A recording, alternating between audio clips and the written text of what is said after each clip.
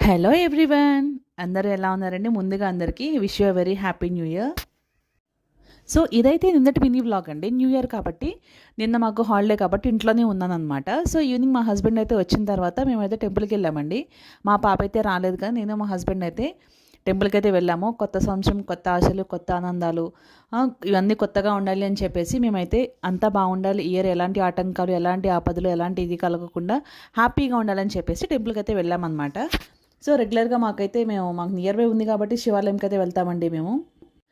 గుడికి వెళ్ళడం లేట్ అవ్వచ్చేమో కానీ వెళ్ళడం మాత్రం పక్కా అనమాట. సో మార్నింగ్ వెళ్ళాల్సింది ఈవినింగ్ అయితే వెళ్ళామన్నమాట. సో ఇప్పుడైతే ఏముందండి, ఆ డే మొత్తంలో ఎప్పుడైనా వెళ్ళొచ్చు కదా అని చెప్పేసి మేమైతే ఈవినింగ్ అయితే వెళ్ళామండి. సో దర్శనం అయితే చాలా పీస్ఫుల్గా, చాలా ప్రశాంతంగా అయితే అయిపోయిందనమాట.